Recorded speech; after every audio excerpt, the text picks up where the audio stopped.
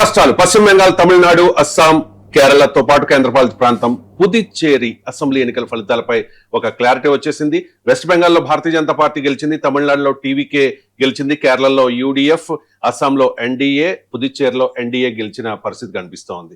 ఈ 5 రాష్ట్రాల ఎన్నికల ఫలితాలపై విశ్లేషించడానికి మనతో ఉన్నారు ప్రొఫెసర్ నాగేశ్వర్ గారు. నమస్తే నాగేశ్వర్ గారు. మొత్తానికి భారతీయ జనతా పార్టీ అనుకున్నది సాధించింది. బెంగాల్ చరిత్రలోనే బీజేపీ ఫస్ట్ టైం అక్కడ అధికారంలోకి వచ్చింది. సార్, భారతీయ జనతా పార్టీ విజయానికి కారణమైన ఫ్యాక్టర్స్ ఏంటి? ఒకటి, ఇది ఏమీ అకస్మాత్తుగా జరిగింది కాదు. మీకు 2011లో బీజేపీకి 4% ఓటింగ్ వచ్చింది. 2016లో 16% పెంచుకుంది. 2019 లోక్సభ ఎలక్షన్స్ లో 40%, 18 లోక్సభ సీట్స్ వచ్చాయి.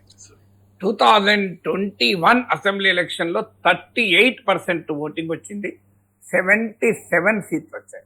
సాధారణంగా మనకు చాలా రాష్ట్రాల బీజేపీకి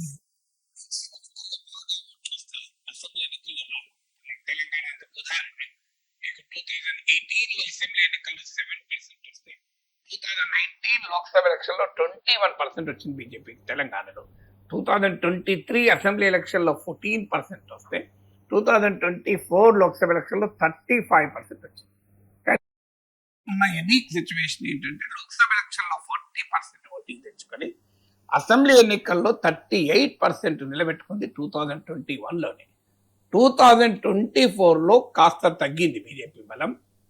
మీకు 2024లో బీజేపీ 12 సీట్స్కి పడిపోయింది లోక్సభ. కానీ అనూహ్యంగా మళ్ళీ ఇప్పుడు పుంజుకొని అధికారంలోకి రాబోతుంది. ఇప్పుడు నేను మాట్లాడే సమయానికి అరౌండ్ 3:15కు ఓటింగ్ చూస్తే బీజేపీకి 48% వచ్చింది. అంటే నియర్లీ 10% గ్యాప్ ఉంది అని. సో దీనికి ఒకటి first reason, it is the gradual fact evolution. ఇది రాత్రికి రాత్రి జరిగిన పరిణామం కాదు. రెండవది, ఇది జరగటానికి క్లియర్ గా ఏంటంటే యాంటీ ఓటు కంప్లీట్ కన్సాలిడేషన్ అయింది. సెకండ్ పాయింట్ మీరు చూడండి, మీకు 2011లో లెఫ్ట్ ఓడిపోయినప్పుడు కూడా 39% ఓటింగ్ ఉంది. అది కాస్త కరిగిపోతూ ఇప్పుడు నెగ్లిజిబుల్ గా మారిపోయింది.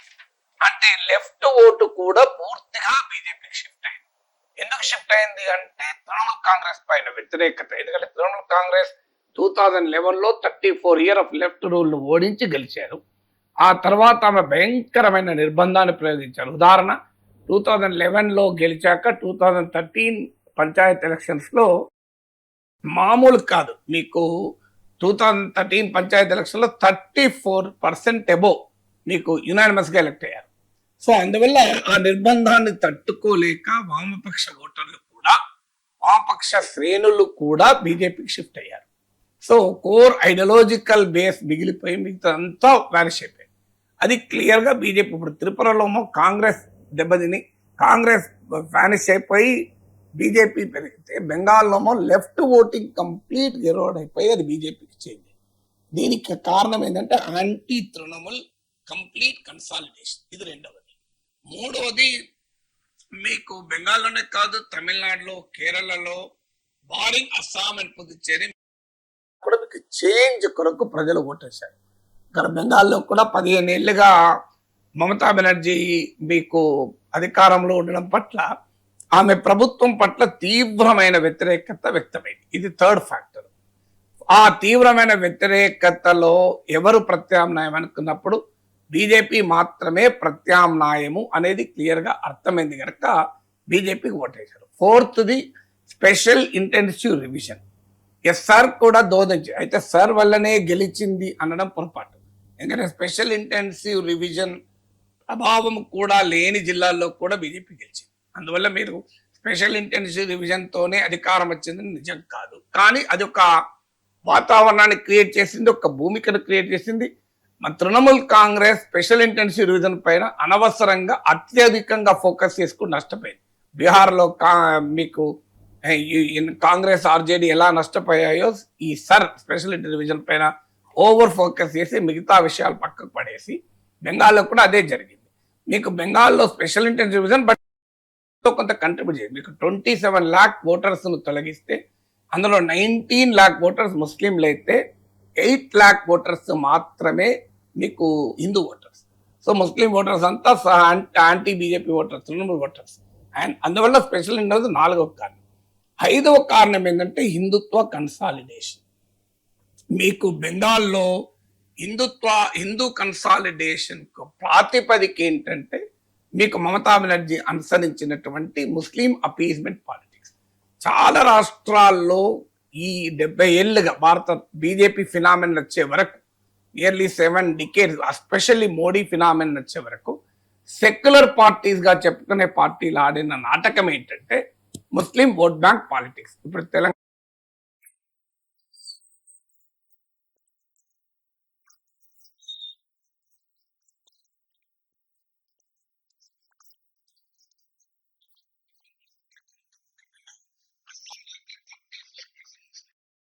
బీహార్లో, యూపీలో ఎంవై కాంబినేషన్, మీకు యూపీలో అఖిలేష్ ములాయం అఖిలేష్ ఫార్ములా, బీహార్లో లాలూ ఫార్ములా కూడా ఈ ముస్లిం యాదవ్ కాంబినేషన్. ఇది ఎక్కడి దాకా నడిచింది అంటే బీజేపీ భాషలో చెప్పాలంటే హిందూ ఎవేకనింగ్. అంటే హిందూస్ ఇదేంటి ముస్లింలు మాత్రమే ఓటు బ్యాంకులు అవుతారా, మేమెందుకు కాకూడదు అన్న భావనను బీజేపీ పెంచగలిగింది. అది బీజేపీ పీక్ తేగలిగింది 2014 తర్వాత. అందువల్ల క్లియర్గా మీకు హిందూ కన్సాలిడేషన్ స్పష్టంగా కనబడుతుంది. మీరు చూడండి, బెంగాల్లో హిందూ మెజారిటీ సీట్లన్నీ బీజేపీ స్వీప్ చేసి పడేసింది. మామూలుగా స్వీప్ చేయాలి, హిందువులు ఎక్కువ ఉన్న చోట అంతటా. సో అందువల్ల హిందూ కన్సాలిడేషన్, బీజేపీ హిందుత్వ అపీల్తో పాటు మమతా బెనర్జీ సెల్ఫ్ గోల్ అయిన ముస్లిం అపీజ్మెంట్ పాలిటిక్స్, అది మీకు అస్సాంలో కూడా అదే జరిగింది.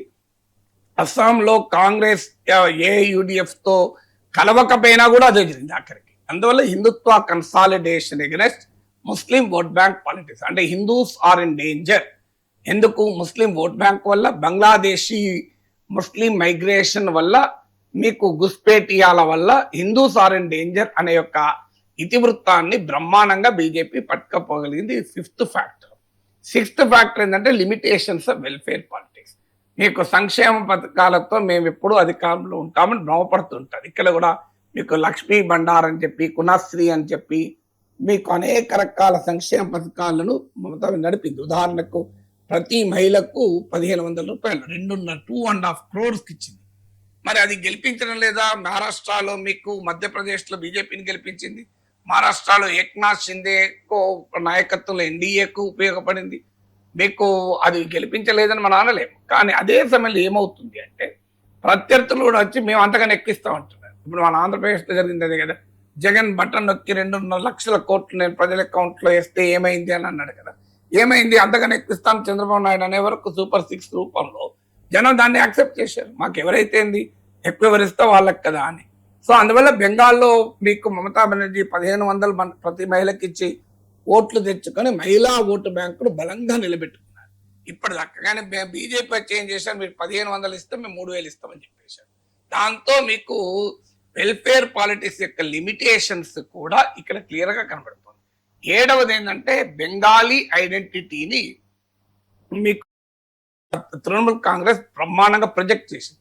ఎందుకంటే బీజేపీని ఓడించడానికి వీళ్ళు గుజరాతీస్ అని, బయటి వారని, బెంగాలీ వర్సెస్ గుజరాతీ అని అలా నరేటివ్ బిల్డ్ చేసే ప్రయత్నం చేసింది. ఎక్కడ దాకా వెళ్ళింది తృణమూల్ కాంగ్రెస్ ప్రచారం అంటే బీజేపీ కనుక అధికారంలోకి వస్తే చేప తినడం బ్యాన్ చేస్తారు, ఫిష్ బ్యాన్ చేస్తారు, మీట్ బ్యాన్ చేస్తారని కూడా ప్రచారం చేసింది. ఆఖరికి బీజేపీ నాయకులు పచ్చి చేపలు చేతులు పట్టుకొని బహిరంగ సభలో మాట్లాడాడు, చేప తింటూ వీడియోలు పెట్టుడు, ఫిష్ కర్రీ తింటూ మీకు బీజేపీ ఆర్ఎస్ఎస్ బూత్ లెవెల్ క్యాంపెయిన్లు చేయడం, ఇదంతా చేయాల్సి వచ్చింది. సో అందువల్ల ఫిష్ చేప మందు ప్రయోగిద్దామని చూసింది తృణమూల్ కాంగ్రెస్. కానీ బీజేపీకి ఉన్న ప్రత్యేకత ఇట్ రీఇన్వెంట్స్ ఇట్ సెల్ఫ్. అంటే వాతావరణ పరిస్థితులకు అనుగుణంగా తనకు తాను రీఇన్వెంట్ చేసుకుంటుంది. దాన్నే సర్వైవల్ కెపబిలిటీ అంటారు. బీజేపీకి సర్వైవల్. వాళ్ళు ఏం చేశారు తెలివిగా అంటే మీకు బెంగాలీ హిందుత్వ అనే కొత్త ఫినామినా ఇన్వెంట్ చేశారు. బెంగాలీ హిందుత్వ ఏంటంటే మేము హిందుత్వకు అంత బెంగాలీ వ్యతిరేకం కాదు అని బెంగాలీ ఐడెంటిటీని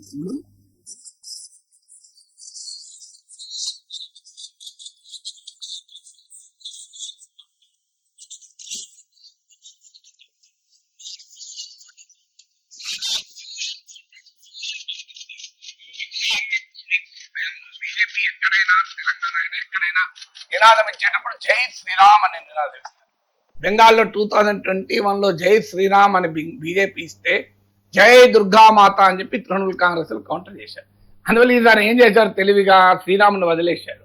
వదిలేసి జై మాతా కాళీ, జై మాతా దుర్గా అని నినాదం ఇచ్చారు. ఆఖరికి మోహన్ భగవత్ బెంగాల్లో వచ్చి నాగ్పూర్లో నాగ్పూర్కి వచ్చి మీకు నాగ్పూర్లో ఒక టెంపుల్ ఇనాగ్రేట్ చేస్తారు. అదేంటంటే భారత్ మాత దుర్గామాత ఈ రెండింటిని కలుపుతూ ఒక టెంపుల్.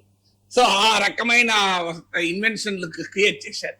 సో అందువల్ల బెంగాలీ హిందుత్వ ద్వారా బెంగాలీ ఐడెంటిటీకి మేము వ్యతిరేకము కాదు అనేటువంటి డైమెన్షన్ తీసుకురాగలిగారు. అది ఏంటంటే తృణమూల్ కాంగ్రెస్ ఎత్తులకు పై ఎత్తులు వేయడం. ఇప్పుడు మీకు ఉదాహరణకు తృణమూల్ కాంగ్రెస్ హిందుత్వ డామినేషన్ ఎదుర్కోవటానికి ఎత్తుగడగా ఏం చేశారంటే ట్రైబల్ రిలీజన్స్ ఉంటారు. ఇప్పుడు సంతాల్స్ అని ఇతరులని ఆదివాసీలు ఉంటారు. వీళ్ళు ఏంటంటే మా మతం వేరు, మేము హిందూయిజం కాదు అని వాళ్ళ వాదన. 40 లక్షల మంది జైన్లకు మీరు ప్రత్యేక మతం హోదా ఇచ్చారు, మా మతానికి ఎందుకు ఇయ్యరని. ఇప్పుడు కర్ణాటకలో లింగాయతుల లాగా. సో మమతా బెనర్జీ దాన్ని ఉపయోగించుకొని 2023లో వీరి మతాలకు అంటే ఈ ఆదివాసీలకు సంతాలకు ఒక మతం ఉంటుంది, ఇంకో అదర్ సంతాలకు ఇంకోటి ఉంటుంది. సో దీన్ని మేము ఉపయోగించుకుంటాం, దీనికి గుర్తింపు ఇవ్వండి అని కేంద్రానికి ఆ శాసనసభలో తీర్మానం ఆమోదించి పంపించారు. సో అలా బీజేపీ హిందుత్వకు విరుగుడుగా ట్రైబల్ రిలీజన్స్ ను గుర్తిస్తామంటూ మమతా బెనర్జీ ఎత్తుగడేస్తే దానికి బీజేపీ పై ఎత్తు ఏం వేసింది, సో మీరు అట్లనా మమ్మల్ని బెంగాలీ భాషావాదంతో ఓడిస్తారా అని. దానికి కౌంటర్ గా రాజవంశీల రిలీజన్ కు మేము గుర్తింపిస్తాం. రాజవంశీలు ఏంటంటే ఒక 30 సీట్స్ లో వాళ్ళు ఇన్ఫ్లుయెన్స్ ఉంటారు. సో రాజవంశీస్, మత్వాస్ ఈ రెండు షెడ్యూల్ కాస్ట్ చాలా పవర్ఫుల్. సో మత్వాస్ ఎలాగూ కొంత స్పెషల్ ఇంటెన్సివ్ రివిజన్ వల్ల కాస్త కోపంతో ఉన్నప్పటికీ కూడా but they are no option. తృణమూలకి వేయలేరు. బీజేపీ పైన కాస్త అసంతృప్తి ఉన్నమాట నిజం, ఎందుకంటే సార్లో మత్వా ఓట్లు కూడా పోయాయి. కానీ వాళ్ళకి ఇంకో ఆప్షన్ లేదు మా తృణమూల్ కాంగ్రెస్ కేసడానికి. దాంతో ఏంటంటే మత్వాస్ బీజేపీ వెనకాల కన్సాలిడేట్ అయ్యారు. రాజవంశీలు 30 కాన్స్టిట్యున్సీలు ఉంటారు. వీళ్ళు బెంగాలే కాదు, జార్ఖండ్, ఒరిస్సా, బీహార్ ఇలా విస్తరించి ఉంటారు. వాళ్ళు కాంతాపురి అని, గ్రేటర్ కూచ్ బిహార్ అని వీటికి ఉద్యమాలు కూడా నడిపారు, ప్రత్యేక రాష్ట్ర ఏర్పాటువాద ఉద్యమాలు కూడా. సో అలాంటి రాజవంశీల రిలీజన్ కు మేము కాన్స్టిట్యూషనల్ స్టేటస్ ఇస్తామని చెప్పి బెంగాలీ భాషా జాతీయవాదం లింగ్విస్టిక్ నేషనలిజంతో బీజేపీని ఎదుర్కోవాలని చూస్తే దానికి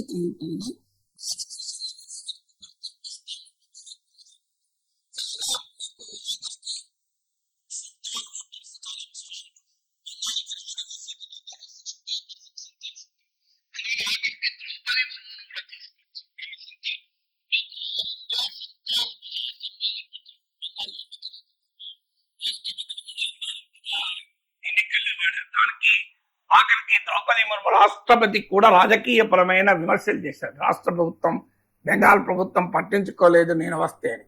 ఇలా సంతాల బిడ్డను అవమానించారని చెప్పి కూడా పెద్ద ఎత్తున క్యాంపెయిన్ చేశారు. 9వది మమతా బెనర్జీతో పోలిస్తే, తృణమూల్తో పోలిస్తే బీజేపీకి కంపారిటివ్లీ ఆర్గనైజేషన్ వీక్ అని. సో ఆ వీక్నెస్ 2021లో ఒక పెద్ద ఊపొచ్చిన పర్సెప్షన్ బిల్డ్ చేశారు, కానీ దాన్ని రియాలిటీగా మార్చలేకపోయారు. ఈసారి ఏం చేశారంటే ముందు నుంచి కూడా ఒకటి ఆర్ఎస్ఎస్ శాఖలు బాగా విస్తరించాయి ఈ 5 ఏళ్లలో. దాంతో పాటు మీకు ఛత్తీస్గఢ్, బీహార్ ఇలా ఒరిస్సా నుంచి పెద్ద ఎత్తున క్యాడర్ను డంప్ చేశారు. ఎందుకంటే ఇది అసెంబ్లీ ఎన్నికల మిగతా రాష్ట్రాలు లేవు కనుక. మన తెలంగాణలో దుబ్బాక ఎన్నికను అలాగే వేల మంది కార్యకర్తలను ఇతర జిల్లాల నుంచి తీసుకొచ్చి డంప్ చేసి 1000 ఓట్లతో బీఆర్ఎస్ పైన గెలవగలిగారు. సో ఒక రకంగా దుబ్బాక మోడల్ నాడ ప్రయోగించారు. సో అలా క్యాడర్ లేని, గ్రాస్ రూట్స్ ఆర్గనైజేషన్ లేని వీక్నెస్ ను అధిగమించారు. 10వది ఏంటంటే బీజేపీకి సోషల్ బేస్ వైడర్ గా లేదు. సో ఆ వైడర్ సోషల్ బేస్ ను క్రియేట్ చేసుకోవటానికి ఇప్పుడు శివేందు అధికారమో తృణమూల్ నుంచి వచ్చినటువంటి లీడరు. సో అదొక సెక్షన్. మీకు బెంగాల్ రాజకీయాల్లో అప్పర్ కాస్ట్, అప్పర్ క్లాస్ ఒక భద్రలోకి అంటారు బెంగాలీల వాళ్ళు. అంటే ప్రధానంగా బ్రాహ్మణ్స్ మీకు ఈ కలకత్తా రీజన్ లో ఉంటారు, ప్రెసిడెన్సీ రీజన్ అంటారు. సో వీళ్ళు ఎంత ఇన్ఫ్లుయెన్స్ అంటే లెఫ్ట్ 34 years పాలించినప్పుడు కూడా ఈ భద్రలోకే డామినేషన్ అంతా. అందుకే మీకు జ్యోతి బస్సు, భీమన్ బస్సు, నీలోత్పల్ బస్సు, బుద్ధదేవ్ భట్టాచార్య, ముఖోపాధ్యాయ, చట్టోపాధ్యాయ వీళ్ళే ఉంటారు. సో ఈ సబల్టన్ కాస్ట్ అంటారు. మమతా బెనర్జీ అందుకే తెలివిగా ఏం చేసిందంటే upper caste, upper middle class నాయకత్వంలోని లెఫ్ట్ లీడర్షిప్ కౌంటర్ గా సబల్టన్ లీడర్షిప్ డెవలప్ చేసింది. అంటే మీకు ఉమెన్ లీడర్షిప్ ను, అలాగే ఓబీసీ లీడర్షిప్ ను, ఎస్సీ ఎస్టీ లీడర్షిప్. బీజేపీ ఏం చేసిందంటే ఆ రెండింటిని కలిపింది. అటు సబల్టన్ లీడర్షిప్ తో పాటు భద్రలోక్, ఇప్పుడు శ్రామిక్ ముఖర్జీ అంటాడు, శ్రామిక్ చట్టోపాధ్యాయ ఆయన శ్రామిక్ చటర్జీ ఆయన మీకు ఈ బెంగాలీ భద్రలోక్ సింబల్. స్వపన్ దాస్ గుప్తా అని అంటారు, రాజ్యసభ నామినేటెడ్ మెంబర్, ఇప్పుడు ఎమ్మెల్యే కూడా గెలిచాడు. సో ఆయన ఈ ఫ్రమ్ ది భద్రలోక్, అంటే హైలీ ఎడ్యుకేటెడ్, అద్భుతమైన ఇంగ్లీష్ యాక్సెంట్ లో మాట్లాడతాడు. Saint Stephen's College product, Mani Shankar Aiyar వీళ్ళలాగా అక్కడ ప్రొడక్ట్. సో అలా తన సోషల్ బేస్ ను కూడా బీజేపీ వైడెన్ చేస్తుంది. సో ఈ 10 ఫ్యాక్టర్స్ ముఖ్యంగా మీకు బీజేపీ విజయానికి దోహదం చేసింది బెంగాల్లో. ఇక తమిళనాడు విషయానికి వస్తే, తమిళనాడులో విజయ్ సునామీ స్పష్టంగా కనిపించింది. 100కు పైగా సీట్లలో టీవీకే దూసుకుపోతున్న పరిస్థితి ప్రస్తుత సమయానికి. సార్, విజయ్ పార్టీ టీవీకే అనూహ్య విజయానికి కారణమైన ఫ్యాక్టర్స్ ఏంటి? అంటే ఇక్కడ మొదటి ఫ్యాక్టర్ ఏంటంటే చేంజ్. మీకు బెంగాల్లో కానీ మీకు మీకు అస్సాం మినహా బెంగాల్, కేరళ, తమిళనాడు ఈ 3 రాష్ట్రాల్లో మీకు కనబడేది చేంజ్ ఫ్యాక్టర్. అంటే ప్రజలు చేంజ్ కోరుకున్నారు. సో మిగతా చోట ఏంటంటే ఎస్టాబ్లిష్డ్ పార్టీస్ ఆల్టర్నేటివ్స్ గా ఉన్నాయి కనుక మీకు ఆటోమేటిక్ గా చేంజ్ అనుకున్నప్పుడు, ఇప్పుడు తృణమూల్ వద్దనుకున్నప్పుడు బీజేపీ కోటేశారు. మీకు కేరళలో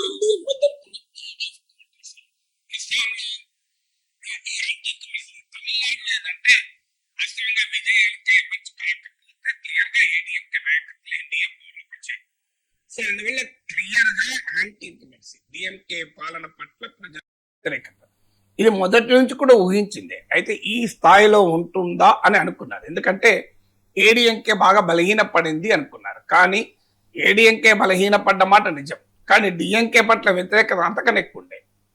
అందువల్ల డిఎంకే పట్ల వ్యతిరేకత, ఏడీఎంకే బలహీనత ఈ రెండు దోహదం చేయడంతో విజయ్కి యాంటీ ఇన్కంబెన్సీతో ఉన్న ప్రజానీకానికి విజయ్ యొక్క కొత్త ఆల్టర్నేటివ్ గా, ఫ్రెష్ ఆల్టర్నేటివ్ గా కనిపించారు. అది మొదటి ఫ్యాక్టర్. రెండో ఫ్యాక్టర్ ఏంటంటే విజయ్ అటు డిఎంకే నుంచి ఓట్లు తీసుకున్నాడు, ఇటు ఏడీఎంకే నుంచి ఓట్లు తీసుకున్నాడు. రెండు పార్టీల కూటమిల నుంచి ఓట్లు తెచ్చుకున్నాడు. మీరు చూస్తే ఓటింగ్ ప్యాటర్న్ చూస్తే మనకు మళ్ళీ కంప్లీట్ రిజల్ట్స్ వచ్చాక ఇంకా క్లారిటీ వస్తుంది.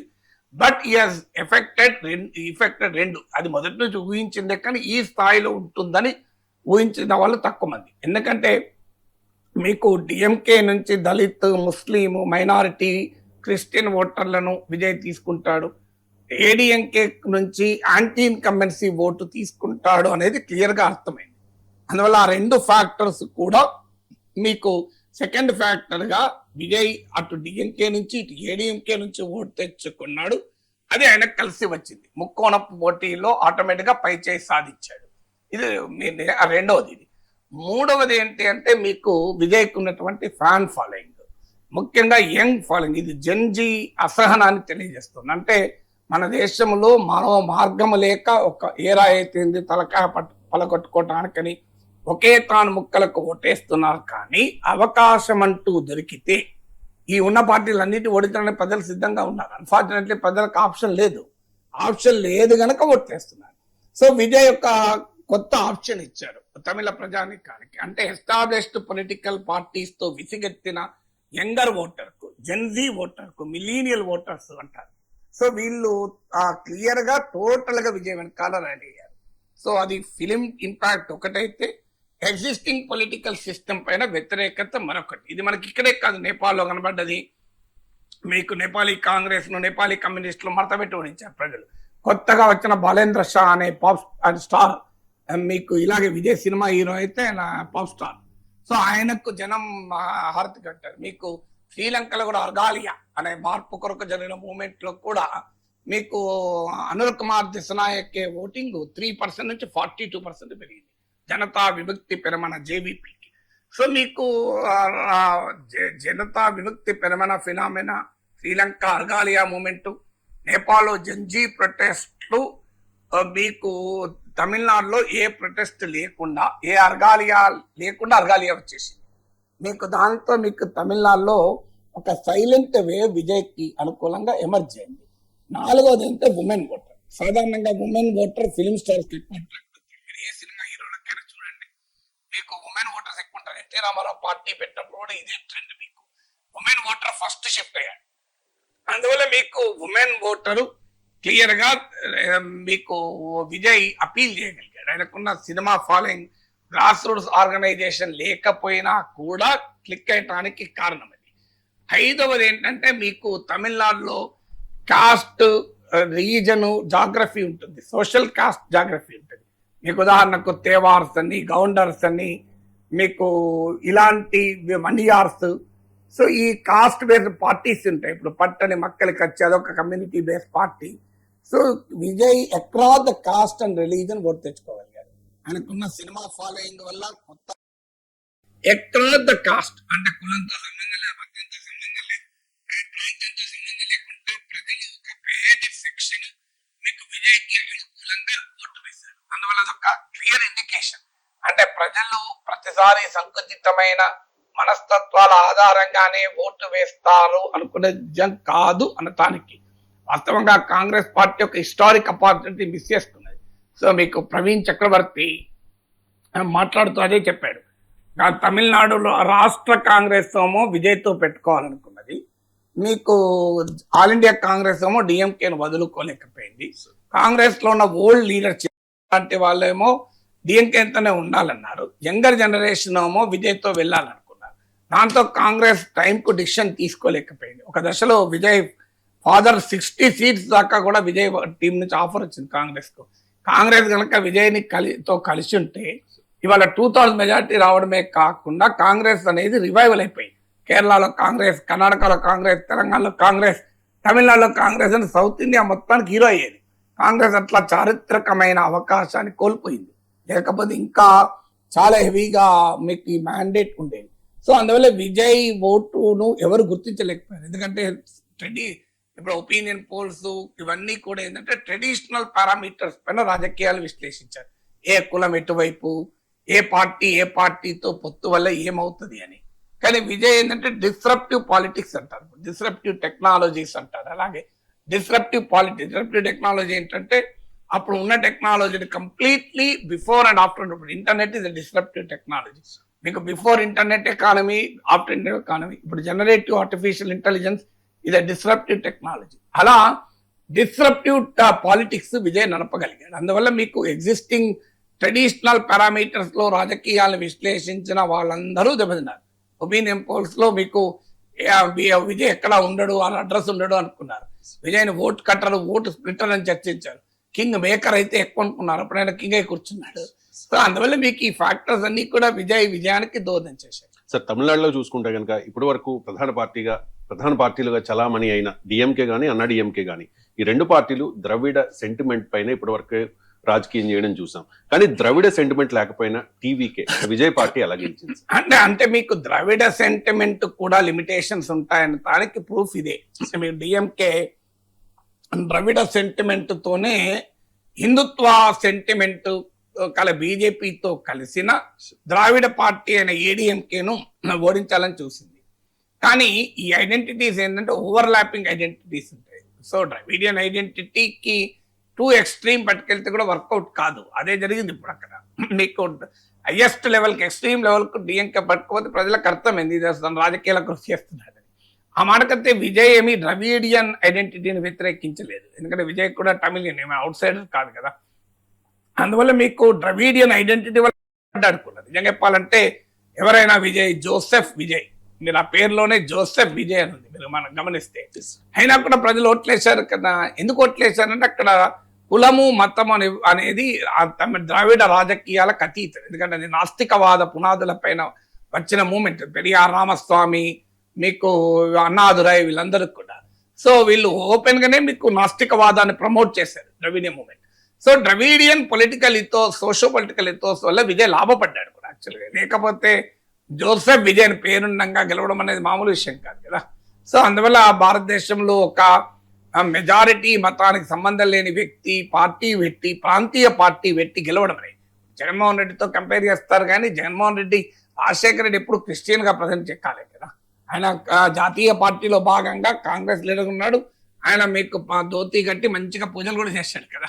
జగన్మోహన్ రెడ్డి కూడా ఆ మేరకు ఓవర్ట్ క్రిస్టియన్ మీకు విజయమ్మ బైబిల్ పట్టుకొని ప్రచారాలు చేస్తే నష్టం కూడా జరిగింది కదా. అందువల్ల ఆ సెంటిమెంట్ ఉంటుంది ప్రజల్లో. మీకు ఆంధ్రప్రదేశ్లో ఇంకా నీకు ఒక సబ్స్టాన్షియల్ క్రిస్టియన్ పాపులేషన్ ఉంటుంది. మీకు ఆంధ్రప్రదేశ్లో ఉన్న దళిత్ పాపులేషన్లో 80-90% కన్వర్టెడ్ క్రిస్టియన్స్. వాళ్ళు పైకి రిజర్వేషన్ల కొరకు షెడ్యూల్ కాస్ట్ గా కనబడ్డా దే ఆర్ రియల్లీ యాక్చువల్గా క్రిస్టియన్స్. మాలాస్, ముఖ్యంగా మాలాస్ అంతా వాళ్ళంతా జగన్ ఓట్ బేస్ మీరు గమనిస్తే. కానీ ఇక్కడ విజయ్ అట్లా కాదు, డైరెక్ట్ గా పార్టీ పెట్టాడు.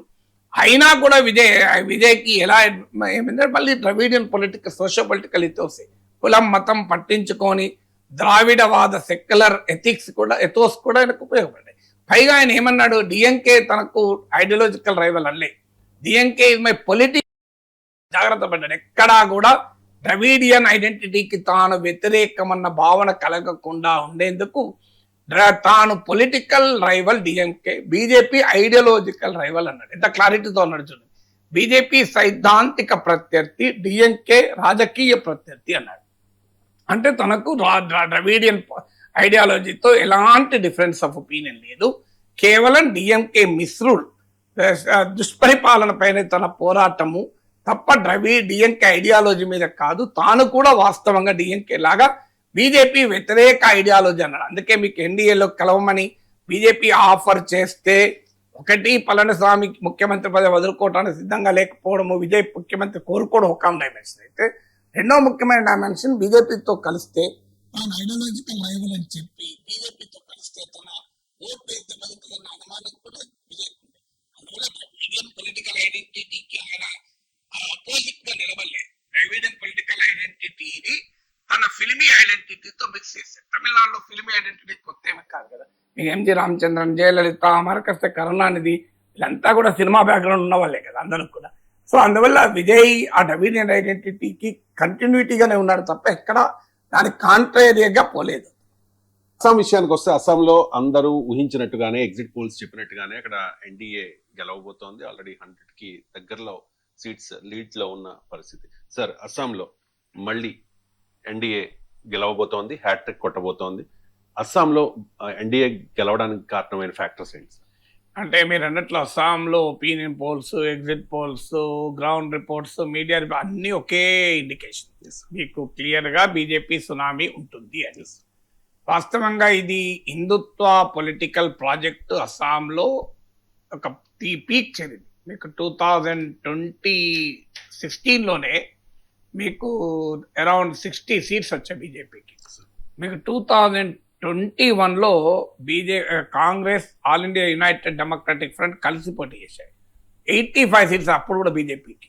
ఎందుకంటే ముస్లిం కన్సాలిడేషన్ అయినా కూడా మీకు ఇప్పుడైతే 100 సీట్స్. ఇప్పుడు మళ్ళీ కాంగ్రెస్, ఏఐయుడిఎఫ్ విడివిడిగా పోటీ చేశాయి. సో అందువల్ల మీకు ముస్లిం ఓట్ బ్యాంక్ కన్సాలిడేట్ అయినా, ముస్లిం ఓట్ బ్యాంక్ ఫ్రాగ్మెంట్ అయినా బీజేపీ సునామీ అయితే ఆగడం లేదు. ఎందుకు అంటే ఆ స్టేజ్కి తీసుకొచ్చేసారు. మీకు ఏమైంది అంటే మీకు అస్సాం లో 34% ముస్లిమ్స్, 34.22% టు బి స్పెసిఫిక్. ఇది మీకు అస్సాంలో ఈ మీకు బంగ్లాదేశ్ నుంచి, బెంగాల్ నుంచి వచ్చేటువంటి ముస్లిం పాపులేషన్ కూడా ఉంటుంది. అందువల్ల యాంటీ ముస్లిం, బెంగాల్ లాగా మీకు అస్సాం బార్డర్ స్టేట్ కూడా.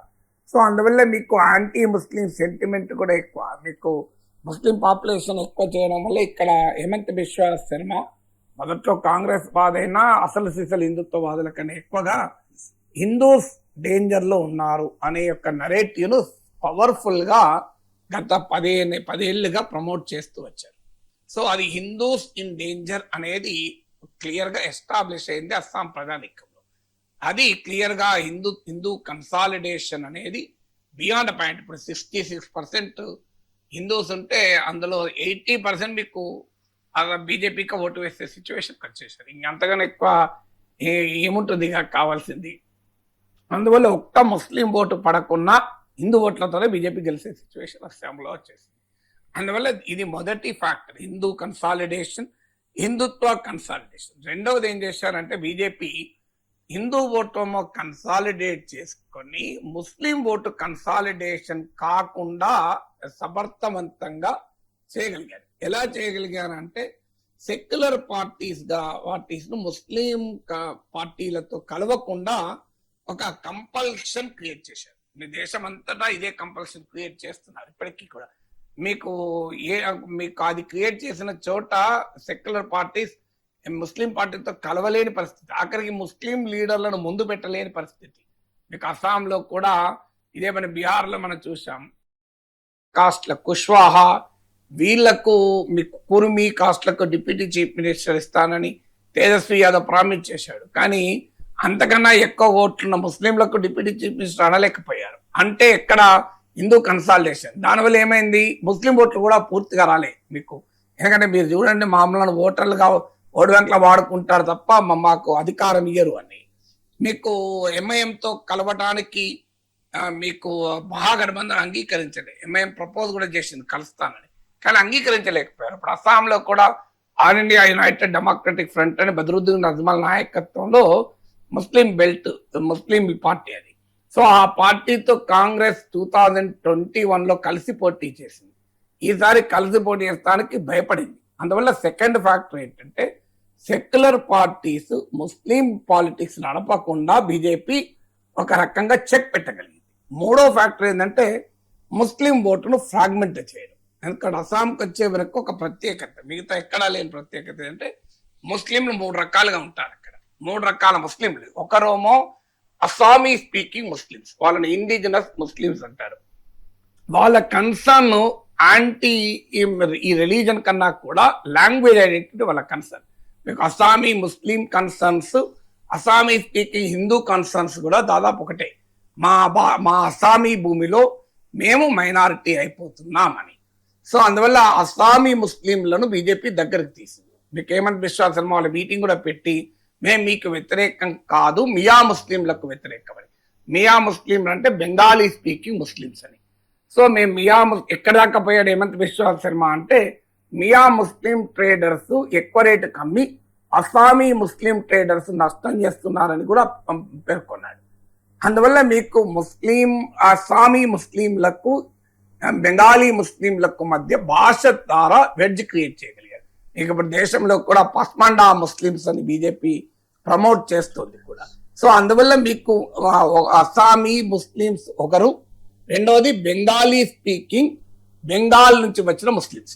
బెంగాలీ స్పీకింగ్ లో 2 రకాలు ఉంటారు. ఒకరేమో బెంగాల్ నుంచి వచ్చిన బెంగాలీ స్పీకింగ్ ముస్లిమ్స్, ఇంకొకరేమో బంగ్లాదేశ్ నుంచి వచ్చిన బెంగాలీ స్పీకింగ్ ముస్లిమ్స్. అంటే బంగ్లాదేశ్ సంతతి, వాళ్ళ తాతలు ఎవరో అంతకుముందు ఎప్పుడో ఆరిజిన్ అక్కడి నుంచి.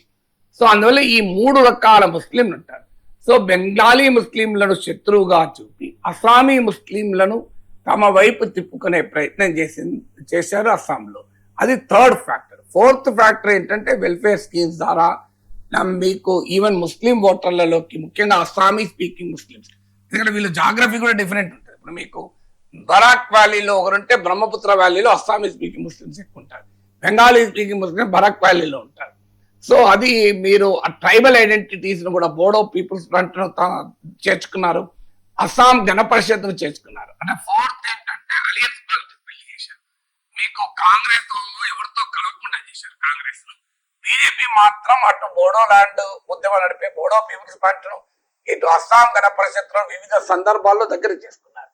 సో అందువల్ల మీకు అస్సాం గణ పరిషత్ కూడా తనకు యాడ్ అయ్యేలా కాంగ్రెస్ పార్టీ బీజేపీ చేసుకోగలిగింది.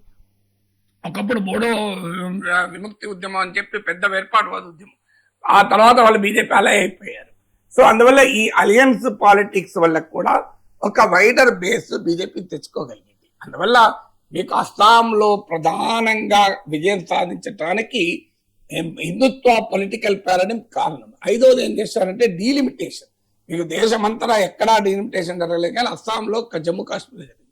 ఈ 2 చోట్ల కూడా వ్యూహాత్మకంగా ముస్లిం డామినేటెడ్ సీట్లు తగ్గించారు. మీకు దానికి జమ్మూ కాశ్మీర్లో సీట్లు తగ్గాయి, జమ్మూలో సీట్లు పెరిగాయి. అస్సాంలో కూడా అదే రకంగా చేశారు.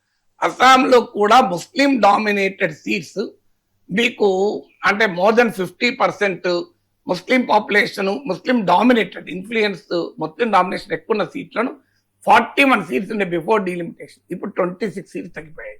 మీకు ముస్లిం ఇన్ఫ్లుయెన్స్ ఉన్న సీట్లను కూడా తగ్గించారు. మీకు ముస్లిం ఇన్ఫ్లుయెన్స్ చాలా అంటే ముస్లింలు ఎక్కువగా ఉన్న ఓట్లు. సో అలా అవి వాటిని తగ్గించారు, వీటిని తగ్గించగలిగారు. సో అందువల్ల ఈ ముస్లిం ఇన్ఫ్లుయెన్స్ ఉన్న సీట్లను కొన్నిటికి కుదించి, మీకు ఎంత ఇంట్రెస్టింగ్ గా ఉంటుంది డీలిమిటేషన్, ఎంత అన్యాయంగా ఇంట్రెస్టింగ్ కూడా కాదు. ఒక కాన్స్టిట్యున్సీలో ఒక పార్టీ నుంచి ఇంకో పార్టీకి పోవాలంటే మధ్యలో 2 అసెంబ్లీ సెగ్మెంట్లు వస్తాయి. అంత గౌరవంగా ఉంటుంది. ఒక సేమ్ అసెంబ్లీ సెగ్మెంట్లను ఎన్నికల ప్రచారానికి వెళ్తే ఎమ్మెల్యే అభ్యర్థి 2 మోర్ అసెంబ్లీ సెగ్మెంట్ దాటి తన కాన్స్టిట్యున్సీలోనే తిరగాలి. అట్లా విచిత్రాలు మనం వెనక ఇనేవాళ్ళు అవుటర్ రింగ్ రోడ్లు అష్టవంకర్లు తిరిగిందని, ఇక్కడ అసెంబ్లీ నియోజకవర్గాలు అష్టవంకర్లు తిప్పారు. ఎందుకు? ముస్లిం ఓట్ను ఒక్కచోట కాన్సన్ట్రేట్ చేయించి ముస్లిం డామినేటెడ్ సీట్ల సంఖ్యను తగ్గించడం కూడా. సో ఇది కూడా బీజేపీకి బ్రహ్మాండంగా ఉపయోగపడింది. 6వది ఏంటంటే కాంగ్రెస్ పార్టీతో ఫైట్ బీజేపీ. ఈ దేశంలో ఎక్కడైనా చూడండి, బీజేపీ వర్సెస్ కాంగ్రెస్ ఫైట్ ఉన్న చోటల్లా బీజేపీకి అడిషనల్ అడ్వాంటేజ్ ఉంటుంది. మిగతా ప్రాంతీయ పార్టీల దగ్గర లేనిది. ఇప్పుడు ప్రాంతీయ పార్టీ కూడా ఓడించగలుగుతున్నారు, బెంగాల్లో చేశారు. కానీ మీకు ప్రాంతీయ పార్టీలతో పోలిస్తే కాంగ్రెస్ ను ఓడించడం అనేది బీజేపీకి కాస్త వెన్నతో పెట్టిన విద్య. మీకు ఇప్పుడు అది 6వది. 7వది ఏంటంటే ఇతర పార్టీల నుంచి వచ్చిన వాళ్ళను ఇముడ్చుకోవడం. మీకు ఉదాహరణకు 2016లో ముఖ్యమంత్రి అయిన సర్వానంద్ సోనోవాల్ అస్సాం గణపరిషత్ నుంచి వచ్చాడు. 2021లో ముఖ్యమంత్రి అయిన హేమంత్ బిశ్వా శర్మ కాంగ్రెస్ నుంచి వచ్చాడు. ఆయన రాష్ట్ర కాంగ్రెస్ అధ్యక్షుడిగా కూడా పనిచేశాడు. ఇప్పుడు ఎన్నికల సమయంలో కూడా మరో రాష్ట్ర కాంగ్రెస్ అధ్యక్షుడిగా పనిచేసిన అతను బీజేపీలోకి చేర్చుకోగలిగారు. సో మీకు ఈజ్ ఇప్పుడు second non RSS chief ministers. మీకు కర్ణాటకలో జనతాదళ్ నుంచి వచ్చిన బసవరాజ బొమ్మాయిని సీఎం చేశారు, అస్సాంలో హేమంత్ బిశ్వా చేశారు, బెంగాల్లో సువేందు అధికారి కనుక అయితే ఈ విల్ బి ద థర్డ్ నా అవుట్ సైడర్ అంటే బయట నుంచి ఫిరాయింపుల దారులు కూడా బీజేపీ బలపడింది. సో అందువల్ల ఈ 7 ఫ్యాక్టర్స్ అస్సాంలో బీజేపీ గెలుపుకు దోహదం చేశాయి. ఇక కేరళ విషయానికి వస్తే యాజ్ ప్రెడిక్టెడ్ 10 ఏళ్లుగా అధికారంలో ఉన్న ఎల్డిఎఫ్ ఓడిపోయింది. యూడిఎఫ్ అనూహ్యంగా ఘన విజయం సాధించిన పరిస్థితి. యూడిఎఫ్ విజయానికి కారణమైన ఫ్యాక్టర్స్ ఏంటి? ఒకటి, మీకు బెంగాల్లో తమిళనాడులో లాగా ఇక్కడ కూడా యాంటీ ఇన్కంబెన్సీస్ చేంజ్ కోరుకున్నారు. ఇప్పుడు కేరళలో సాధారణంగా ఒక టర్మ్ ఎవరు అధికారంలో ఉండరు. మీకు ఒక టర్మ్ ఒకరుంటే ఇంకో టర్మ్ ఇంకోరు ఉంటారు. సో మీకు ఇక్కడ ఏమైంది అంటే క్లియర్ గా మీకు 10 years పవర్ లో ఉన్నారు. 10 years 2016లో గెలిచారు, 21లో గెలిచారు. That is something unusual. Kerala political tradition కు భిన్నమైంది అది. సో అందువల్ల ఇప్పుడు సహజంగానే నేచురల్ యాంటీ ఇన్కంబెన్స్ ఉంటుంది. అది ఫస్ట్ ఫ్యాక్టర్. సెకండ్ ఫ్యాక్టర్ ఏంటంటే యూడిఎఫ్ ఎల్డిఎఫ్ ల మధ్య స్క్వీజ్ అయిపోయింది మొత్తం. మీకు అంతకుముందు అదర్స్ తగ్గిపోయారు, కంప్లీట్ గా తగ్గిపోయారు. మీకు అదంతా యూడిఎఫ్కి వెళ్ళిపోయింది, అదర్స్ అంతా. మీకు ఎల్డిఎఫ్ యూడిఎఫ్ మాత్రమే మిగిలాయి. ఆ అదర్స్ స్క్వీజ్ అయిపోయి సాధారణంగా 2 కూటముల వైపు రావాలి కానీ ఒకే కూటమి వైపు వచ్చారు. సో అందువల్ల గ్రేటర్ పోలరైజేషన్ కూడా జరిగింది కేరళలో 2 కూటముల మధ్య. ఆ గ్రేటర్ పోలరైజేషన్ కూడా ఎల్డిఎఫ్ కు ఉపయోగపడింది, యూడిఎఫ్ కు ఉపయోగపడింది. 3వది, మీకు మైనారిటీ ఓటర్లు కేరళలో ఎక్కువ, 47% ముస్లిం అండ్ క్రిస్టియన్స్ కలిపితే. సాధారణంగా ఏ మతవాదులైనా లెఫ్ట్ ను అంగీకరించరు. అది హిందూ మతవాదులే కావాల్సిన అవసరం లేదు. మీకు ముస్లిం మతవాదం ఒప్పుకోదు, క్రైస్తవ మతవాదం ఒప్పుకోదు కదా. సో అందువల్ల ఈ రిలీజియస్ బేస్డ్ పాలిటిక్స్ ఉన్న వాళ్ళు ఎవరు కూడా కమ్యూనిస్ట్ పార్టీలు అంగీకరించారు. సో మీకు అక్కడ యూడిఎఫ్ లో ఐయుఎంఎల్ ఉంది, క్లియర్ గా ముస్లిం పార్టీ. తర్వాత కేరళ కాంగ్రెస్ గ్రూపులు ఉన్నాయి, క్రిస్టియన్ పార్టీస్. ఆ మైనారిటీ కన్సాలిడేషన్ మొదటి నుంచి యూడిఎఫ్ ఉంది. 2021లో ఎల్డిఎఫ్ ఎలా గెలగలిగిందంటే సిటిజన్షిప్ అమెండ్మెంట్ యాక్ట్ పైన సిపిఎం లెఫ్ట్ పార్టీ తీసుకున్న ప్రిన్సిపుల్డ్ వైఖరి కాస్త మైనారిటీ ఓటర్లను కూడా లెఫ్ట్ వైపు వేయించగలిగింది. ఇప్పుడు ఆ రకమైన citizenship amendment act CA emotion లేదు కనుక మీకు నార్మల్ గా మళ్ళీ జనరల్ సిచ్యువేషన్ లో ఎలాగైతే మైనారిటీ మతవాదం బలంగా ఉన్న చోట యాంటీ లెఫ్ట్ పొలిటికల్ ట్రెండ్ ఉంటుందో అదే జరిగింది. అందువల్ల ఈ మైనారిటీ మతవాదము వల్ల మీకు కాంగ్రెస్ పార్టీ లాభపడుతోంది, యూడిఎఫ్ లాభపడుతుంది. Third factor. ఫోర్త్ ఫ్యాక్టర్ ఏంటంటే BJP Christian outreach fail అయింది. మీకు బీజేపీ క్రిస్టియన్స్ ను తన వైపు తిప్పుకోవాలని ప్రయత్నం చేసి 2024 ఎలక్షన్ లో త్రిశూర్లో లోక్సభ సీటు కూడా గెలవగలిగింది సురేష్ గోపి. కానీ అది అసెంబ్లీ ఎన్నికల్లో పనిచేయలేదు. బీజేపీ క్రిస్టియన్ అవుట్ రీచ్ కనుక పనిచేస్తుంటే కాంగ్రెస్ వెనకాలన్న మైనారిటీ కన్సాలిడేషన్ దెబ్బతినలేదు, అది దెబ్బతినలేదు. ఐదవది ఏంటంటే హిందూ ఓటేమో సిపిఎం వెనకాల ఉన్న లెఫ్ట్ వెనకాల ఉన్న హిందూ ఓటర్ను బీజేపీ కొంత తీసుకెళ్ళిపోయింది. అంటే చూడండి, మీకు మైనారిటీ కాంగ్రెస్ వెనకాలన్న యూడిఎఫ్ వెనకాలన్న మైనారిటీ ఓటేమో కన్సాలిడేట్ అయింది, లెఫ్ట్ వెనకాల హిందూ ఓటు ఫ్రాగ్మెంట్ అయింది. సో అక్కడ బీజేపీ ఎమర్జెన్సీ వల్ల జరిగింది. ఆరోది ఏంటంటే శబరిమల ఇష్యూ. శబరిమల ఇష్యూలో లెఫ్ట్ తీసుకున్న ప్రిన్సిపల్ స్టాండ్, ఆ తర్వాత కాస్త దాన్ని చల్లబరిచారు, కాస్త ఆ సివియారిటీ తగ్గించారు. కానీ మొదట్లో చాలా గట్టిగా సుప్రీంకోర్టు తీర్పు అమలుకు దోహదం చేస్తామనే వైఖరి తీసుకున్నారు. అంటే శబరిమలలో ఉమెన్ ఎంట్రీ ఎలో చేస్తూ సుప్రీంకోర్టు తీర్పు చెప్పింది. మీకు లెఫ్ట్ ఏమో ప్రిన్సిపల్డ్ సెక్యులర్ పొజిషన్ తీసుకుంటే కాంగ్రెస్ ఏమో కమ్యూనల్ పొజిషన్ తీసుకుంది. RSS position, BJP position Congress తీసుకుంది. రాహుల్ గాంధీ ఆల్ ఇండియా కాంగ్రెస్ ఏమో శబరిమల తీర్పును వెల్కమ్ చేస్తే కేరళ కాంగ్రెస్ ఏమో శబరిమల తీర్పును వ్యతిరేకించి బీజేపీ ఆర్ఎస్ఎస్ తో కలిసి ఉద్యమాలు కూడా నడిపారు వాళ్ళు. సో అందువల్ల అది కూడా హిందూ సెంటిమెంట్ ను కొంత పెంచి హిందూ ఓటర్ను లెఫ్ట్ నుంచి దూరం చేయడానికి కూడా కారణం. ఏడవది మీకు శబరిమల గోల్డ్ స్కామ్ అని ఇలాంటివి, ఈవెన్ పినరాయి విజయన్ కూతురుకు అనుచిత ప్రయోజనాలు జరిగాయి మా కంపెనీకని. సో పినరాయి విజయన్ తన ఫ్యామిలీని కాస్త ప్రమోట్ చేస్తున్నారని ఇలాంటి విమర్శలు కూడా కాస్త లెఫ్ట్ ను దెబ్బతీయడానికి కారణమయ్యాయి. తర్వాత సుధాకరన్ లాంటి లెఫ్ట్ లీడర్స్ కొంతమంది వెళ్ళిపోవడం, ఇలాంటి ఎల్డీఎఫ్ లో ఉన్న వాళ్ళు వివిధ కారణాల రీత్యా బయటికి పోవడం, ఎల్డీఎఫ్ గతంలో ఉన్నంత యునైటెడ్ గా లేకపోవడం కూడా దోహదం చేసింది. ఈ 7 ఫ్యాక్టర్ ప్రధానంగా కేరళ మ్యాండేట్ ను రచించాయి. ఇక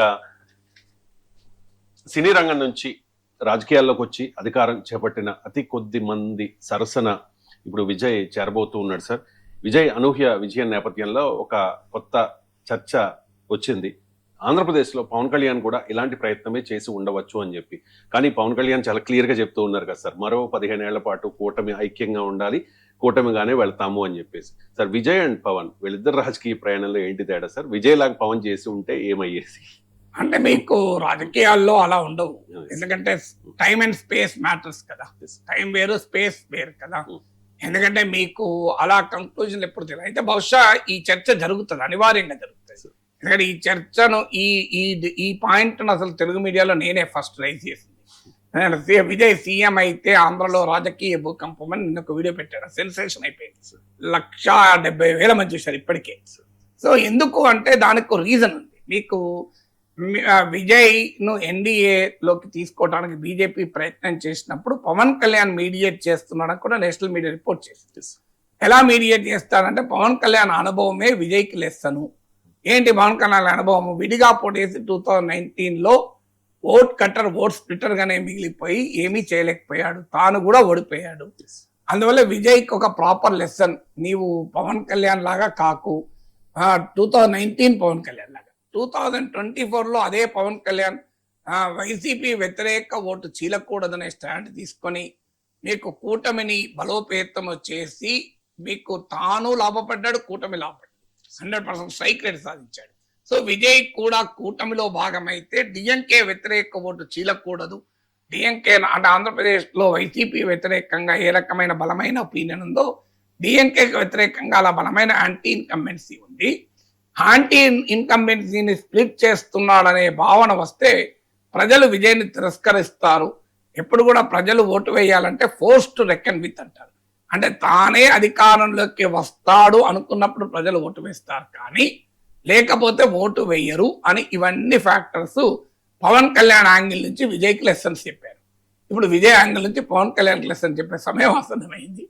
సో విజయ్ లాగా రిస్క్ తీసుకొని ఉంటే పవన్ కళ్యాణ్ సీఎం 2024లో అయ్యేవాడా, 2029లో అవుతాడా? పవన్ కళ్యాణ్ ఆ రిస్క్ తీసుకోవడం లేదు కదా. అంటే అందువల్ల విజయ్ లాగా గనక తానే సీఎం అనే ఆప్షన్ ప్రజల ముందు పెడితే తన సపోర్ట్ బేస్ కన్సాలిడేట్ అవుతుంది.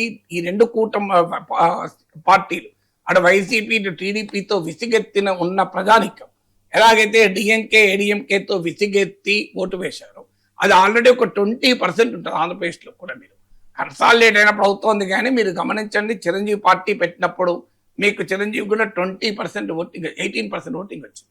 ఆంధ్రప్రదేశ్లో మీకు థర్డ్ ఫోర్స్ ఎప్పుడు ఒక 20% పొలిటికల్ స్పేస్ ఉంటుంది. దాన్ని కన్సాలిడేట్ చేయగలిగే వాళ్ళు ఉన్నప్పుడు ఓట్లు పడతాయి. ఇప్పుడు ప్రజారాజ్యంకు రాజశేఖర రెడ్డి, చంద్రబాబు నాయుడు లాంటి ఇద్దరు బలంగా ఉన్న సమయంలో కూడా 71 లక్షల ఓట్లు వచ్చి 18 సీట్స్ వచ్చాయి. అందులో 17 సీట్స్ ఆంధ్రలో వచ్చాయి. అంటే ఆ లెక్కల మామూలు విషయం కాదు. 17 సీట్స్ అంటే 10% మీకు ప్రస్తుత ఆంధ్రప్రదేశ్లో. సో అందువల్ల మీకు పవన్ కళ్యాణ్ కూడా విడిగా ఉంటే ఒక హోప్ ఇవ్వగలుగుతాడు. ఈ రెండే పార్టీలేనా ఎప్పుడు అనేది ఇప్పుడు విజయ్ గెలుపు తర్వాత చర్చ మొదలవుతుంది. అనివార్యంగా జనసేనలో కూడా ఈ డిస్కషన్ స్టార్ట్ అవుతుంది. జనసేన వెనకాలన్న కాపు సెక్షన్స్ లో కూడా స్టార్ట్ అవుతుంది. కానీ అదే సమయంలో మీకు ఉదయనిధి స్టాలిన్ ను ముఖ్యమంత్రి చేయాలని స్టాలిన్ కలలు కన్నాడు. డిప్యూటీ చీఫ్ మినిస్టర్ కూడా చేశాడు. ఇప్పుడు తానే సీఎం పదవిని కోల్పోయాడు. కేటీఆర్ ను సీఎం చేద్దాం అనుకున్నాడు, చేయకుండా ఆయనే సీఎం పదవి కోల్పోయాడు. సో ఇప్పుడు ఆల్రెడీ లోకేష్ ను సీఎం 2029 కన్నా ముందే చెయ్యాలి అనే బాధన చంద్రబాబు కుటుంబం నుంచి ఆ ఒత్తిడి ఉంది అని రాజకీయ వర్గాలు చెప్తుంటాయి. రిలయబుల్ సోర్సెస్ ఏంటంటే ఫ్యామిలీ నుంచి, ముఖ్యంగా భువనేశ్వర్ నుంచి, మీరు బలంగా ఉన్నప్పుడే రాజకీయంగా స్ట్రాంగ్ ఉన్న సమయంలోనే చెయ్యాలి అని. ఎందుకంటే రాహుల్ గాంధీని చేయక సోనియా గాంధీ నష్టపోయింది, కేటీఆర్ చేయక కేసీఆర్ నష్టపోయాడు.